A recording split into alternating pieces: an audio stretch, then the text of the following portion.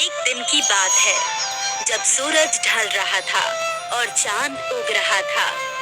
तो सूरज ने चांद से पूछा, अरे भाई, एक बात बताओ, तुम जब भी आते हो तो कोई तुम्हें प्रणाम क्यों नहीं करता? ऐसा नहीं है भाई, हर कोई एक जैसा नहीं होता। कई लोग मुझे भी प्रणाम करते हैं। पर मैं तो जब भी उगता हूँ तो सारी दुनिया मुझे जल चढ़ाती है, पर तुम्हें तो कोई भी जल नहीं चढ़ाता। सूरज और चंद्रमा की ये बातें बेलापुर गांव के लोग सुन रहे थे। तभी एक आदमी ने कहा, हम तो सिर्फ सूरज को ही भगवान मानते हैं, चांद हमारे लिए भगवान नहीं है। नहीं, ऐसी बात नहीं है, हमें चांद को भी भगवान मानना चाहिए। सूरज भगवान तो हमें रोशनी देते हैं, धूप देते हैं, चांद हमें क्या देता है? हर किसी का अलग अलग काम है। चंद्रमा भी हमें रात को रोशनी देता है। अरे पर उस रोशनी का हम क्या करेंगे? रात को तो हम सोए रहते हैं, हमें रात को रोशनी की जरूरत नहीं है। पर चांद का होना भी जरूरी है। हमें चांद की जरूरत नहीं है। अगर चांद नहीं भी होगा तो हमारी जिंदगी में कोई भी फर्क नहीं पड़ेगा। उसका होना और ना होना एक ही बराबर है। इस आदमी और औरत की बात चांद और सूरज दोनों सुन रहे थे। ये बातें सुनकर सूरज खुश हो गया और चंद्रमा थोड़ा उदास हो गया। सूरज ने चांद से कहा, देखा, बेलापुर के लोग भी मुझे भगवान मानते हैं और तुम्हें कुछ भी नहीं। ये लोग मेरी पूजा करते हैं। पर मैं भी तो इन्हें रोशनी देता हूँ। अगर मैं ना रहूं तो इन लोगों की जिंदगी अस्त व्यस्त हो जाएगी। कोई बात नहीं, वैसे भी इन लोगों को तुम्हारी जरूरत नहीं। अगर ऐसी बात है तो ठीक है, मैं अब से आऊंगा ही नहीं। चंद्रमा गुस्सा होकर वहाँ से चला जाता है। चंद्रमा के जाने के बाद बेलापुर में रात को अंधेरा छा जाता है। वैसे तो आसमान में कुछ तारे हैं, पर इनकी रोशनी बहुत कम है। अंधेरा इतना गहरा है कि किसी को कुछ भी दिखाई नहीं देता। अब खेतों में बुआई का वक्त आ चुका था, इसलिए किसानों को सुबह जल्दी उठकर बुआई के लिए जाना था, पर चांद के न होने से गहरा अंधेरा था। अरे उठ जाओ, आज खेत की बुआई करनी है ना, जल्दी चलो, नहीं तो बाद में तेज धूप हो जाएगी और फिर गर्मी में काम नहीं हो पाएगा। हाँ, खेत की बुआई तो करनी है, पर अभी रात है, बाहर बहुत घना अंधेरा है। मुझे तो लगता है सुबह होने वाली है, हमें चलना चाहिए। वो सब तो ठीक है, पर बाहर कुछ दिख ही नहीं रहा, जाएंगे कैसे? ठीक है, सुबह होने पर ही जाते हैं। ये दोनों सुबह होने का इंतजार करने लगे। जब सुबह हुई तो ये दोनों खेत के लिए निकल पड़े, लेकिन कुछ ही देर में तेज धूप आ गई और गर्मी के कारण खेत में काम करना मुश्किल हो रहा था। बहुत गर्मी हो रही है, चलो घर चलते हैं, कल सुबह जल्दी आ जाएंगे। हाँ, सही कह रही हो, इस भयानक गर्मी में तो मुझसे भी काम नहीं होता, कल आते हैं। वो आदमी और औरत दोनों घर चले गए।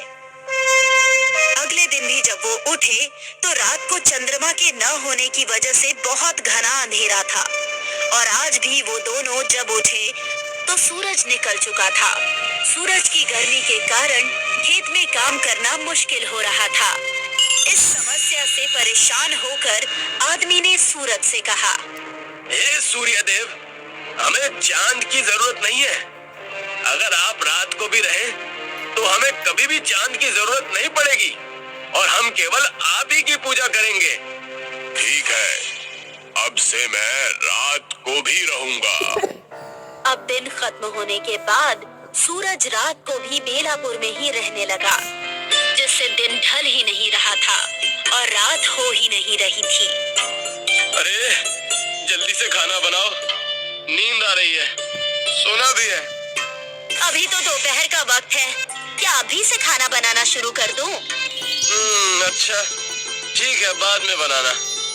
वो आदमी और औरत बहुत देर तक रुकते हैं, पर शाम नहीं होती, क्योंकि अब सूरज ढल ही नहीं रहा था। भूख से आदमी का बुरा हाल हो गया। अरे लगता है आज शाम नहीं होगी। तुम खाना बना दो।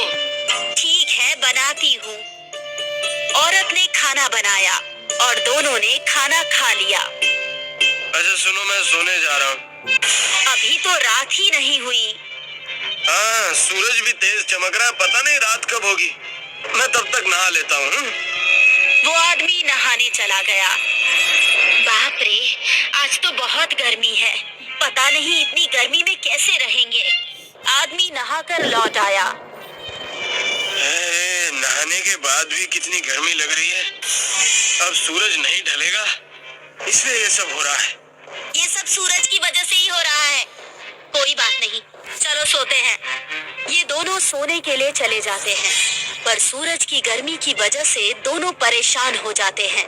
इन्हें बहुत पसीना आ रहा है। अरे पंखा तेज कर लो। औरत पंखे को तेज कर देती है, पर तेज हवा चलने के बाद भी इन्हें गर्मी से राहत नहीं मिलती। इतनी गर्मी में तो मर ही जाएंगे। काश सूरज ढल जाता तो गर्मी कम हो जाती और हम लोग चैन से सो पाते। अरे अब तो ये गर्मी बर्दाश्त के बाहर हो गई है। मुझे भी लगता है कि हमें चांद की जरूरत है। चलो जाकर सूर्य देव से बात करते हैं। हाँ ठीक है, चलो। ये दोनों बाहर छत पर आते हैं। हे सूर्य देव, आपकी धूप को बर्दाश्त करना मुश्किल हो रहा है। इसमें मैं क्या कर सकता हूँ? तुम ही ने कहा मुझे रात को रुकने के लिए, इसलिए मैं रुका हूँ। हाँ, हम ही ने कहा था, पर अब हमें चांद की भी जरूरत है, क्योंकि हम इतनी धूप को नहीं सह पाएंगे। आज से आप सिर्फ दिन के समय ही रहिए। रात को चंद्रमा ही ठीक है। ठीक है, जैसी तुम्हारी मर्जी। अब से मैं रात को नहीं आऊंगा। अब औरत और आदमी चंद्रमा को पुकारने लगे। हे चंद्रदेव, मुझसे गलती हो गई, मुझे माफ कर दीजिए। हमें आपकी भी जरूरत है। हे चंद्रदेव, आप वापस आ जाइए। जिस तरह दिन में सूरज की जरूरत है, उसी तरह रात में चांद की भी जरूरत है। इन दोनों के बुलाने पर चंद्रमा वापस आ जाता है। चंद्रमा को देखकर ये दोनों बहुत खुश होते हैं और उन्हें प्रणाम करते हैं।